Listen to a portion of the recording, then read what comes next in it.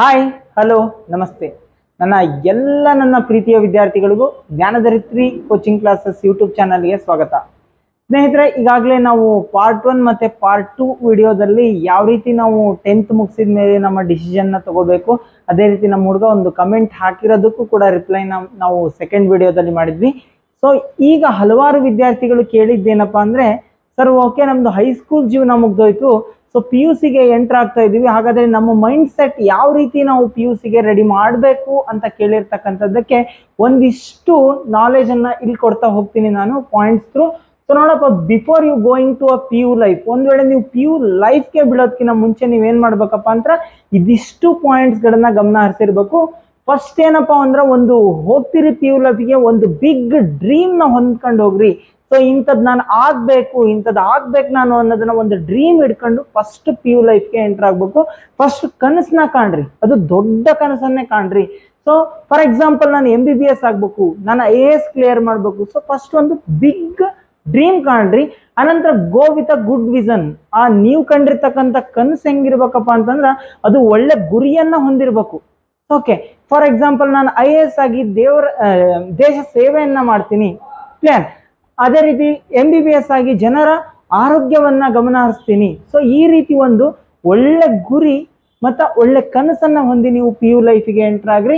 Next, ಈಗ ಸದ್ಯ 10th ಮುಗೀತು ಸರ್ ನಮ್ದು. ಸೊ ಈ ಟೈಮಿಗೆ ಏನ್ ಮಾಡ್ರಪ್ಪ ಅಂತಂದ್ರೆ, ಒಳ್ಳೊಳ್ಳೆ ಪ್ಲೇಸಸ್ಗಳಿದಾವೆ, ಆ ಪ್ಲೇಸಸ್ಗಳಿಗೆ ಟ್ರಾವೆಲ್ ಮಾಡ್ರಿ, ಅಲ್ಲಿಂದ ಒಂದಿಷ್ಟು ಪಾಸಿಟಿವ್ನೆಸ್ನ ತಗೊಳ್ರಿ. ಆ ಪಾಸಿಟಿವ್ನೆಸ್ ಏನ್ ಮಾಡುತ್ತಪ್ಪ ಅಂದ್ರೆ, ನಿಮ್ಮ ಸ್ಟಡಿಗೆ ಅಂಡ್ ನಿಮ್ಮ ಮೈಂಡ್ ಕಾನ್ಸಂಟ್ರೇಟ್ ಆಗೋದಕ್ಕೆ ಹೆಲ್ಪ್ ಮಾಡ್ತತಿ.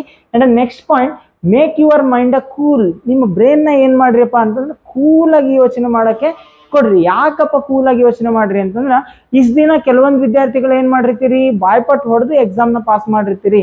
ಆದರೆ ನೆಕ್ಸ್ಟ್ PU ಲೈಫ್ ಒಳಗೆ ಏನಾಗತ್ತಪ್ಪ ಅಂತಂದ್ರೆ, ನೀವು ಓದ್ತಕ್ಕಂತಹ ಕಾನ್ಸೆಪ್ಟ್ ನಿಮ್ಗೆ ಕಂಪ್ಲೀಟ್ ಆಗಿ ಅರ್ಥ ಆಗ್ಬೇಕದು.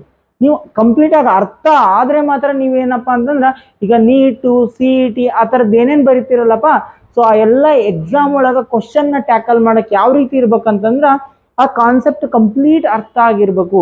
ಸೊ ಆ ಕಾನ್ಸೆಪ್ಟ್ ಕಂಪ್ಲೀಟ್ ಆಗಿ ಅರ್ಥ ಆಗ್ಬೇಕಂದ್ರೆ ನಿಮ್ಮ ಬ್ರೈನ್ ಫಸ್ಟ್ ಕೂಲ್ ಆಗಿರ್ಬೇಕು. ಯಾವಾಗ ಬ್ರೈನ್ ಕೂಲ್ ಆಗಿರ್ತೈತಿ, ಕಾನ್ಸೆಪ್ಟ್ ಈಸಿಯಾಗಿ ಅರ್ಥ ಆಗತ್ತ. ಅಂಡ್ ಇನ್ನೊಂದು ಏನಪ್ಪಾ ಅಂತಂದ್ರೆ, ಸ್ಮಾರ್ಟ್ ಆಗಿ ಥಿಂಕ್ ಮಾಡಕ್ ಬರ್ಬೇಕು. PU ಲೈಫ್ಗೆ ಎಂಟರ್ ಆಗ್ತಿದ್ದಂಗೆ ಕಂಪ್ಲೀಟ್ ಕನ್ಫ್ಯೂಷನ್ಸ್ ಬೇಡ. ಸೊ ಏನ್ ಮಾಡ್ರಿ ಅಂತಂದ್ರೆ, ಸ್ಮಾರ್ಟ್ ಆಗಿ ಥಿಂಕ್ ಮಾಡೋದ್ ಕಲೀರಿ. ಯಾವುದೇ ಒಂದು ಕೆಲಸ, ಯಾವುದೇ ಒಂದು ಕಾನ್ಸೆಪ್ಟ್ನ ನಾನು ಈಸಿಯಾಗಿ ಯಾವ ರೀತಿ ಅರ್ಥ ಮಾಡ್ಕೋಬಹುದು ಅನ್ನೋದನ್ನ ಯೋಚನೆ ಮಾಡ್ರಿ. And cover basics of a subjects. So many students ಏನ್ ಮಾಡ್ತಾರಪ್ಪ ಅಂತಂದ್ರೆ, PU ಒಳಗ ಬೇಸಿಕ್ಸ್ ಕಲಿಯಕ್ಕೆ ಒದ್ದಾಡ್ತಾರ. ಸೊ ಈಗೇನು ಈ ಗ್ಯಾಪ್ ಐತಲ್ಲ, ಇನ್ ಕೇಸ್ ನೀವೇನಾರ ಸೈನ್ಸಿಗೆ ಹೊಂಟ್ರಿ ಅಂತಂದ್ರೆ 8, 9, 10ನೇ ಕ್ಲಾಸಿನ ಸೈನ್ಸ್ ಬುಕ್ಸ್ನ ತಗೊಳ್ರಿ. ಆ ಸೈನ್ಸ್ ಬುಕ್ ಒಳಗೆ ಯಾವ್ಯಾವ ಟಾಪಿಕ್ ಫಿಸಿಕ್ಸಿನ ಒಯ್ದವು, ಯಾವ್ಯಾವ ಟಾಪಿಕ್ ಕೆಮಿಸ್ಟ್ರಿ ಒಯ್ದವು, ಯಾವ್ಯಾವ ಟಾಪಿಕ್ ಬಯಾಲಜಿ ಒದವು. ಸೊ ಅವನ್ನ ಫಸ್ಟ್ ಬೇಸಿಕ್ಸ್ನ ಕವರ್ ಮಾಡ್ಕೊಳ್ರಿ. ಆ ಬೇಸಿಕ್ಸ್ನ ಏನ್ ಮಾಡ್ರಿಪ್ಪ ಅಂತಂದ್ರೆ, ಲಿಂಕ್ ಮಾಡ್ರಿ. ನೀವು PUCಗೆ ಹೋದ ತಕ್ಷಣ ನಿಮ್ ಬೇಸಿಕ್ ಏನಿರ್ತದಲ್ಲ, ಆ ಬೇಸಿಕ್ನ ಲಿಂಕ್ ಮಾಡಿದ್ರೆ 100% ನಿಮ್ಗೆ ಆ ಸಬ್ಜೆಕ್ಟ್ಸು ಕಷ್ಟ ಅಂತ ಅನ್ಸಲ್ಲ. ಫಾರ್ ಎಕ್ಸಾಂಪಲ್ ಏನಪ್ಪಾ ಅಂದ್ರೆ, ಸೌಂಡ್ ಚಾಪ್ಟರ್ 8ಗೂ ಬರ್ತತಿ, 9ಗೂ ಬರ್ತತಿ, ಅದೇ ರೀತಿ ಫಸ್ಟ್ PUCಗೂ ಬರ್ತತಿ. ಸೊ ಈ ರೀತಿ ಏನ್ ಮಾಡ್ರಿ ಅಂತಂದ್ರೆ, ಟಾಪಿಕ್ಸ್ಗಳನ್ನ ಲಿಂಕ್ ಮಾಡ್ತಾ ಹೋಗ್ರಿ. ಆಗ PUC ಒಳಗ ನೀವು ಕೇವಲ ಬೋರ್ಡ್ ಎಕ್ಸಾಮ್ಸಿಗೆ ಮಾತ್ರ ಅಲ್ಲದೇನೆ ಹಲವಾರು ಕಾಂಪಿಟೇಟಿವ್ ಎಕ್ಸಾಮ್ಸ್ಗಳನ್ನ ಅಟೆಂಡ್ ಮಾಡೋಕ್ಕೆ ನಿಮ್ಮಲ್ಲಿ ಏನ್ ಬರ್ತತಪ್ಪ ಅಂತಂದ್ರೆ, ಧೈರ್ಯ ಬರ್ತತಿ. ಸೊ ನೆಕ್ಸ್ಟ್ ಏನಪ್ಪಾ ಅಂತಂದ್ರೆ, get ready to tackle upcoming PU life. You have ಏನಾಗ್ಬೇಕಪ್ಪ ಅಂತಂದ್ರೆ, ನೀವು ಒಳ್ಳೆ ಯುದ್ಧಕ್ಕೆ ರೆಡಿ ಆದಂಗೆ ಆಗ್ಬೇಕು. ಸೊ ಆ ಯುದ್ಧ ಯಾವ್ದಪ್ಪ ಅಂತಂದ್ರೆ PU. ಇನ್ ಕೇಸ್ ನೀವೇನಾರ ನೀಟ್ ಎಕ್ಸಾಮ್ ಕ್ಲಿಯರ್ ಮಾಡಿಬಿಟ್ರಿ, 100% ನೀವು ಡಾಕ್ಟರ್ ಆಗೇ ಆಗ್ತೀರಾ. ಸೊ ಇನ್ ಕೇಸ್ ನೀವೇನಾರ ಒಳ್ಳೆ ಟಾಪ್ ಇಂಜಿನಿಯರಿಂಗ್ ಕಾಲೇಜ್ನ ಹೊಡೆದ್ರಿ, ನೀವು ಆರಾಮಾಗಿ ನಿಮ್ಮ ಲೈಫ್ನ ಏನ್ ಮಾಡ್ಬೋದು, ಲೀಡ್ ಮಾಡ್ಬೋದು. ಅದೇ ರೀತಿ ಹೆಚ್ಚುವರಿ ಸ್ಟಡೀಸ್ನ ನೀವು ಮಾಡ್ಬೋದು. ಸೊ ಹಾಗಾಗಿ PU ಅಂತಕ್ಕಂಥ ಭವಿಷ್ಯ ವೆರಿ ಇಂಪಾರ್ಟೆಂಟ್ ಆಗುತ್ತಾ.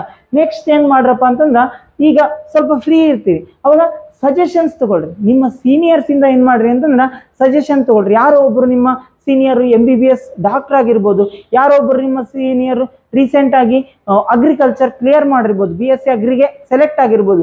ಸೊ ನಿಮ್ಮ ಇಂಟ್ರೆಸ್ಟ್ ಫೀಲ್ಡ್ ಒಳಗೆ ಯಾರು ಇರ್ತಾರೋ, ಆ ಇಂಟ್ರೆಸ್ಟ್ ಫೀಲ್ಡ್ ಒಳಗೆ ಇರ್ತಕ್ಕಂಥ ಸಜೆಷನ್ನ ನೀವು ತಗೊಳ್ಳೋದ್ರಿಂದ ಏನಾಗುತ್ತಪ್ಪ ಅಂತಂದ್ರೆ, ಯಾವ ರೀತಿ ಸ್ಟಡಿ ಮಾಡಬೇಕು ಅದನ್ನ ತಿಳ್ಕೊಳ್ರಿ. ಯಾವ ರೀತಿ ಟೈಮ್ ಟೇಬಲ್ ಅವ್ರು ಫಾಲೋ ಮಾಡಿದ್ರು ಅದನ್ನ ತಿಳ್ಕೊಳ್ರಿ.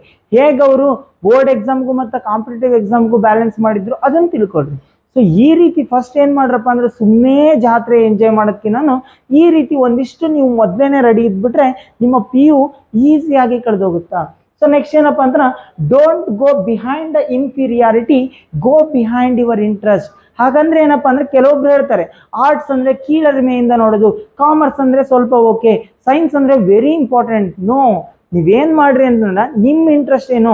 ಫಾರ್ ಎಕ್ಸಾಂಪಲ್ ಹಲವಾರು AS ಆಫೀಸರ್ಸ್ ಏನು ಮಾಡಿದಾರಪ್ಪ ಅಂತಂದ್ರೆ 10th ಅವ್ರದ್ದು 98% ಇದ್ರು, ಅವ್ರಿಗೊಂದು ಗುಡ್ ವಿಷನ್ ಇತ್ತು, ಬಿಗ್ ಡ್ರೀಮ್ ಇತ್ತು. ಅವ್ರೇನು ಮಾಡಿದ್ರಪ್ಪ ಅಂತಂದರೆ ಆರ್ಟ್ಸ್ನ ತಗೊಂಡು ಎಷ್ಟೋ ಜನ ಫಸ್ಟ್ ಅಟೆಂಪ್ಟಿಗೆ UPSC ಎಕ್ಸಾಮ್ಸ್ನ ಕ್ಲಿಯರ್ ಮಾಡಿರ್ತಾರೆ.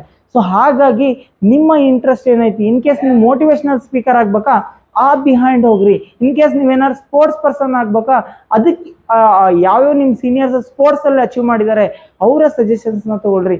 ಸೊ ಹಾಗಾಗಿ ಏನು ಮಾಡ್ರಿ ಅಂತಂದ್ರೆ ನಿಮ್ಮ ಇಂಟ್ರೆಸ್ಟ್ ಏನೈತೋ ಅದರ ಬಿಹೈಂಡ್ ಹೋಗ್ರೆ ಹೊರತು ಇನ್ನೊಬ್ಬರ ಮಾತಿಗೆ ನೀವು ಕಿವಿಯನ್ನು ಕೊಡಬೇಡಿ.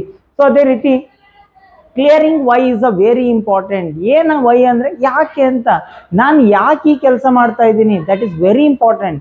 ನಾನು ಯಾಕೆ ಸೈನ್ಸ್ನ ತಗೊಳ್ತಾ ಇದ್ದೀನಿ ಅದು ವೆರಿ ಇಂಪಾರ್ಟೆಂಟ್. ನಾನು ಯಾಕೆ ಆರ್ಟ್ಸ್ ಫೀಲ್ಡಿಗೆ ಹೋಗ್ತಾ ಇದ್ದೀನಿ ವೆರಿ ಇಂಪಾರ್ಟೆಂಟ್. ಒಂದು ವೇಳೆ ನಿಮ್ಗೆ ಯಾಕೆ ಅನ್ನೋದು ಕ್ಲಿಯರ್ ಇದ್ದರೆ ಮತ್ತೆ ಲೈಫ್ ಒಳಗೆ ಯಾವುದೂ ಕ್ವಶನ್ಸ್ ಬರಲ್ಲ, ಯಾವುದೇ ಸ್ಟ್ರಗಲ್ ಆದರೂ ಈಸಿಯಾಗಿ ಫೇಸ್ ಮಾಡ್ತಿದ್ರಿ. ಯಾಕೆ ಈ ಕೆಲಸನ ಸ್ಟಾರ್ಟ್ ಮಾಡಿದೆ, ಯಾಕೆ ಇದನ್ನೇ ನಾನು ಚೂಸ್ ಮಾಡಿದೆ, that is why is very important. In case why ಅನ್ನೋದು ಒಂದು ಕ್ಲಿಯರ್ ಇದ್ದರೆ 100% ನೀವು ಹೋಗೋ ದಾರಿಯಲ್ಲಿ ಯಾರೂ ನಿಮ್ಮನ್ನು ತಡೆಯೋಕ್ಕೆ ಸಾಧ್ಯನೇ ಇಲ್ಲ. ನೆಕ್ಸ್ಟ್ ಏನಪ್ಪ ಅಂದ್ರೆ ಫಿಯರ್ಲೆಸ್ನೆಸ್ ಟುವರ್ಡ್ಸ್ ಯುವರ್ ವರ್ಕ್. ನೀವು ಒಂದು ಕೆಲಸ ಮಾಡ್ತಾ ಇದ್ದೀರಿ, ಅದ್ರ ಬಗ್ಗೆ ಹೆದರಬಾರ್ದು. ಅದು ಎಷ್ಟೇ ಕಠಿಣ ಕೆಲಸ ಆಗಿದ್ರು ಓಕೆ, ಅದನ್ನು ಯಾವುದೇ ಒಬ್ಬ ಮನುಷ್ಯ ಕ್ಲಿಯರ್ ಮಾಡಿದ್ದಾನೆ. ಫಾರ್ ಎಕ್ಸಾಂಪಲ್ ನೀಟ್ ಅಂದ ತಕ್ಷಣ ಹಲವಾರು ಹುಡುಗರು ಇದು ನಮಗಲ್ಲ ಸೈಡಿಗೆ ಸರಿದು ಬಿಡ್ತಾರೆ. IAS ಅಂದ ತಕ್ಷಣ ಹಲವಾರು ಹುಡುಗರು ಇದು ನಮಗಲ್ಲ ಸೈಡಿಗೆ ಸರಿದು ಬಿಡ್ತಾರೆ. ಸೊ ರೀಸನ್ ನಮ್ಮಲ್ಲಿ ಒಂದು ಹೆದರಿಕೆ ಅನ್ನೋದಿರುತ್ತಾ. ಎಲ್ಲೋ ಒಂದು ಪಬ್ಲಿಕ್ ಸ್ಪೀಕಿಂಗ್ ಕೊಟ್ಟರು, ಸೊ ಅಲ್ಲಿ ಹೆದರ್ತಾರೆ ಹುಡುಗರು. ಅವ್ರ ಹತ್ರ ಕಂಟೆಂಟ್ ಇರುತ್ತೆ, ಈಚ್ ಆ್ಯಂಡ್ ಎವ್ರಿಥಿಂಗ್ ನಾಲೆಜ್ ಇರುತ್ತೆ, ಬಟ್ ಏನಾಗಿರುತ್ತಪ್ಪ ಅಂದ್ರೆ ಅವರ ಹೆದರಿಕೆ ಅರ್ಧ ಒಂದು ಅವರ ಗುರಿಯನ್ನು ತಲುಪೋದಕ್ಕೆ ಫಸ್ಟ್ ಸ್ಟೆಪ್ಪಲ್ಲೇ ಬುನಾದಿನೇ ಬೀಳ್ದಂಗೆ ಆಗ್ಬಿಡುತ್ತೆ. ಸೊ ಹಾಗಾಗಿ ಹೆದರಬೇಡಿ ವಿದ್ಯಾರ್ಥಿಗಳೇ. ಸೊ ನಾವು ನಿಮ್ಮ ಜೊತೆಗಿರ್ತೀವಿ. ನಿಮಗೆ ಯಾವುದೇ ಟಾಪಿಕಲ್ಲಿ ಯಾವುದೇ ಕಂಟೆಂಟಲ್ಲಿ ಡೌಟ್ ಇದ್ರೂ ಕೂಡ ನಮಗೆ ಕಮೆಂಟ್ ಸೆಷನ್ನಲ್ಲಿ ಕಮೆಂಟ್ ಹಾಕಿ ಆ ವಿಡಿಯೋ ಮೇಲೆ ನಾವು ಒಂದಿಷ್ಟು ರಿಸರ್ಚ್ ಮಾಡಿ ನಿಮಗೊಂದು ದಾರಿಯನ್ನು ತೋರಿಸೋ ಜವಾಬ್ದಾರಿ ನಮ್ಮದು. ಧನ್ಯವಾದಗಳು.